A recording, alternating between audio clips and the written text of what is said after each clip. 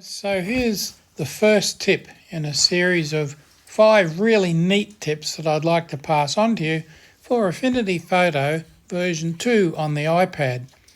As you can see on this image here, I've got the building image in the background, which is that one there. That's just a background. Now we've got that image there, which I haven't got in highlight at the moment, but you can see it there, okay? That's the one there. And it's sitting over the top of the building.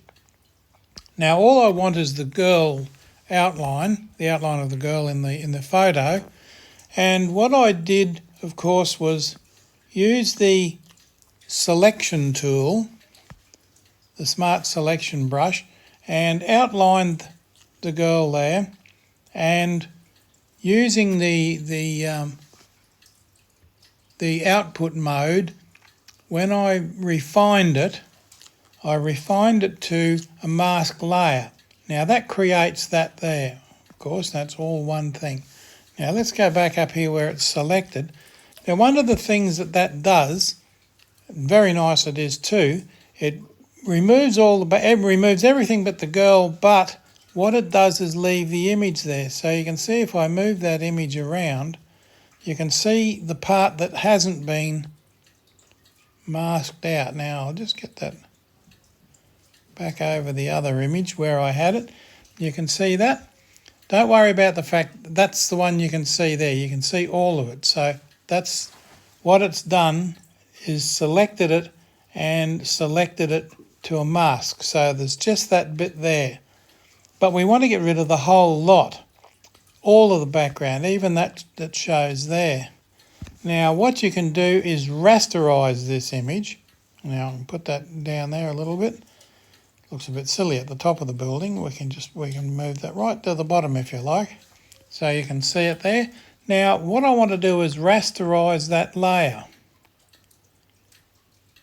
And you use that there. You can see rasterize and trim, rasterize to mask, which we don't want. If you just rasterize it, that's fine. It's rasterized the image. But what it does is still leave that image behind it. We don't want that. So let's go back.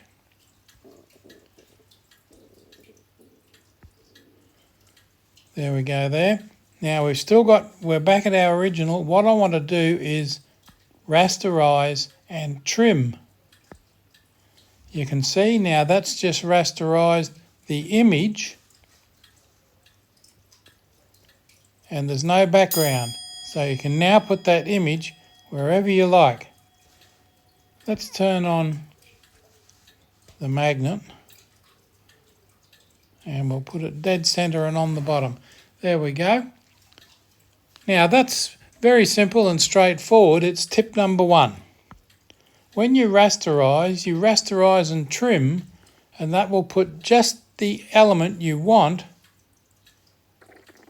in that where you want it. You haven't got all that background stuff to deal with and try and hide and mask out. Okay, let's move on to the next tip. Now, for tip number 2, we're going to make a selection and rasterize it by using the blend ranges. So you can see I've got the candle selected there, and I can move that around there. Let's see how we do that. And I'll actually hide that one so it's not interfering. What we do is bring our image in, and there's the candle that I've already searched for. Let's put the candle in the image. Now I want that full size. This is the tip. Remember, if you're going to rasterize something that you've got as part of another image, make sure you rasterize it as full size as you can get. Now you can see the blue border behind the candle. That's the original project. Now I've got that full size. There's the image, and that's the one we just drew in. Now we're going to just select out that image by adjusting the blend range. Now that's right down the bottom. That's this one here. You see this? That there is the blend range. Now you watch the magic of this. We drag that down to the left-hand side. Bring that up across there. Bringing that up across there. You can see around the candle flame, there's the blackness. Now I've got that so there's just a bit of a haze around that candle. But you'll notice it's also doing the bottom of the candle. It's adjusting that too. But that's pretty good. That's about where I want it, because when I adjust that down to the right size, let's go back to the layer options. That turns off the blend mode. Now we've got to be able to work with that. And you can see the layer options there. There's our image still there, and it's been selected out. Not this one, because that's the one we were working on before. That's not selected. This is the one we're working on now. Let's give it a name, shall we? So we don't confuse them. C-A-N-D-L-E. There we go. You can see that's now called a candle, and that layer's got the candle in it.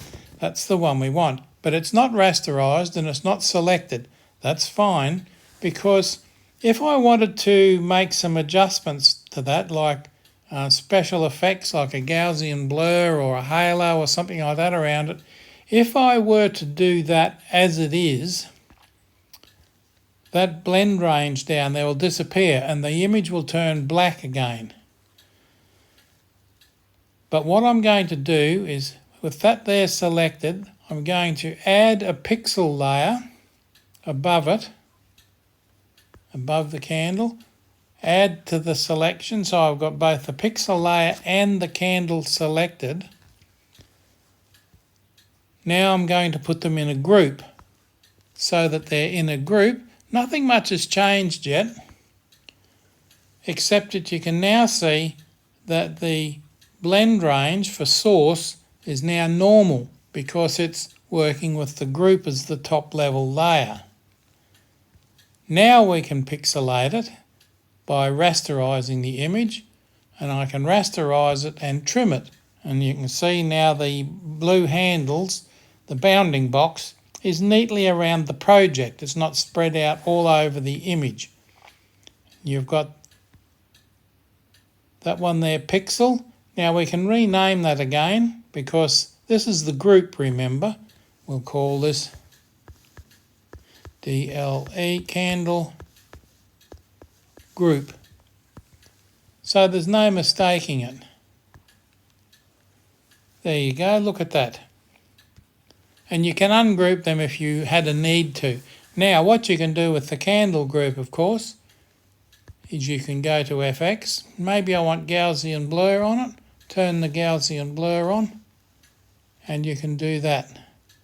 It's fairly abrupt, as it turns out, Gaussian blur for that one. But you can do that. If that was not selected and rasterized and trimmed, that whole image would turn black, as the background of the candle would not be affected anymore, and you would have to start all over again. And there you go, you can see you've got the candle group and the special effects are in place and it's selected. That's number 2. Okay, let's move right along to tip number 3. So in this tip I want to show you how to select an image such as the moon, but when you select it with the blend mode range, you can often be left with a dark border around it. And let me show you, for example, how we can get rid of that border. We've got the image. I've done one already there, but we'll ignore that for the moment. We've got an image file of the moon. I just want to duplicate that.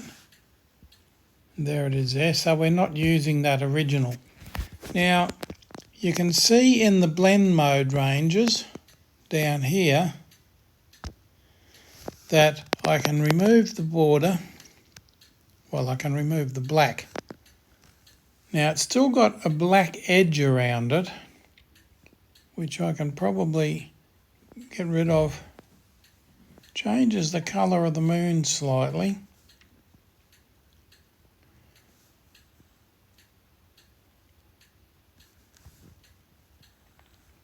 That's not bad.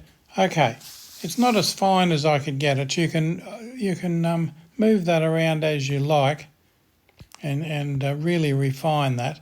Now we've got our image and we've got that selected, but what we've got to do is now to rasterize and trim that image. Now that's just got our moon there, you can see that, and all the background's gone. But what we want to do is remove that black edge that's around it. And we can do this quite simply by using the Smart Selection tool. You'll notice it's a pixel layer now. And we'll go around the moon.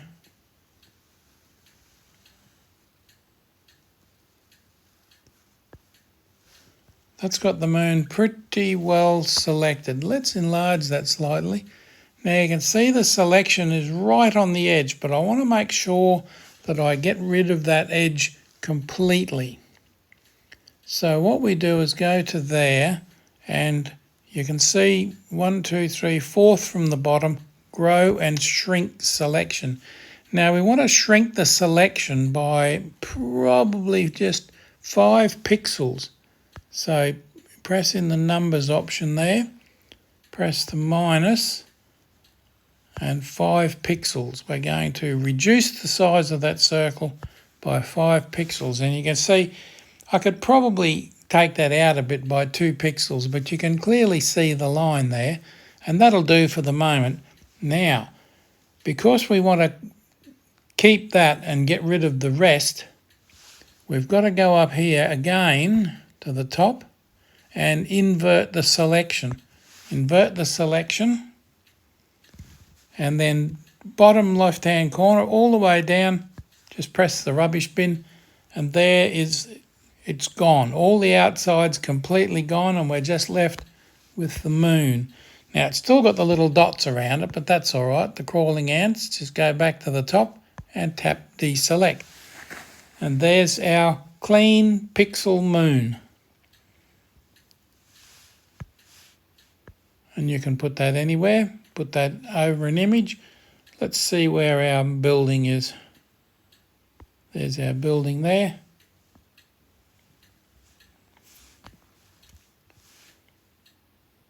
And we'll move the moon up the top. There we go, the moon's up there. Or you can have the moon as big as you like. That's all there really is to it.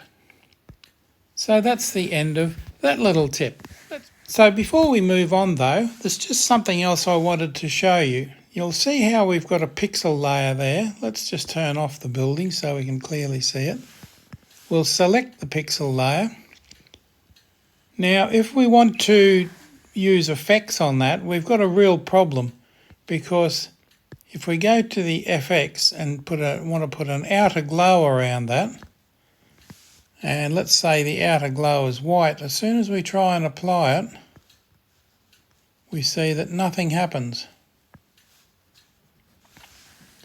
Because that's not going to work as it is. It's just a plain pixel layer, and whoops, hit the wrong one. Effects. Let's turn off effects. Go back to our pixel layer. There's our pixel layer. What we want to do is, so that we can get effects in that, is we've got to create a group. Now, that's not a group as such, but now it is, because there's the one we've got, and it's in the group. Now, with the group selected, you'll notice there's no longer, the blend mode's no longer showing. We can go up to the effects mode, turn on effects and the outer glow. Now, let's make the outer glow a blue.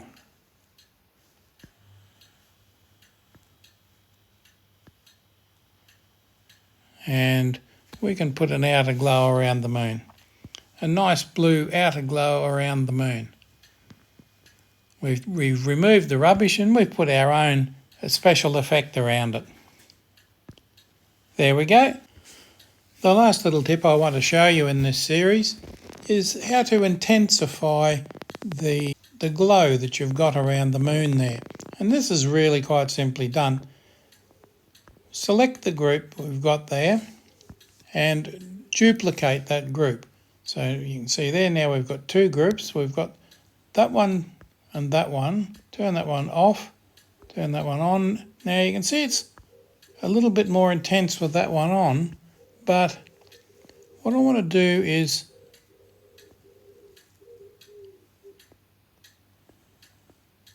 change the colour to give it a more of a green hue.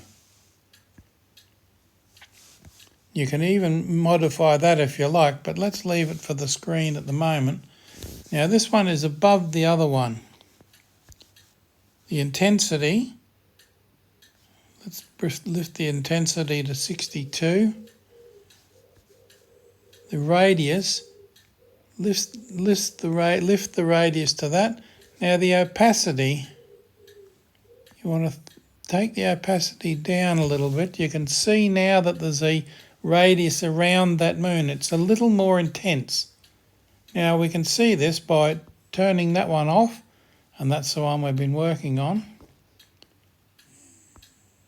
And there's the original showing with the second one, so that you can get other colours mixing in there.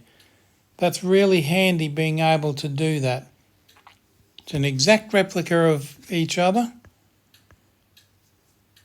They just happen to have different radius effects on them, which is very useful.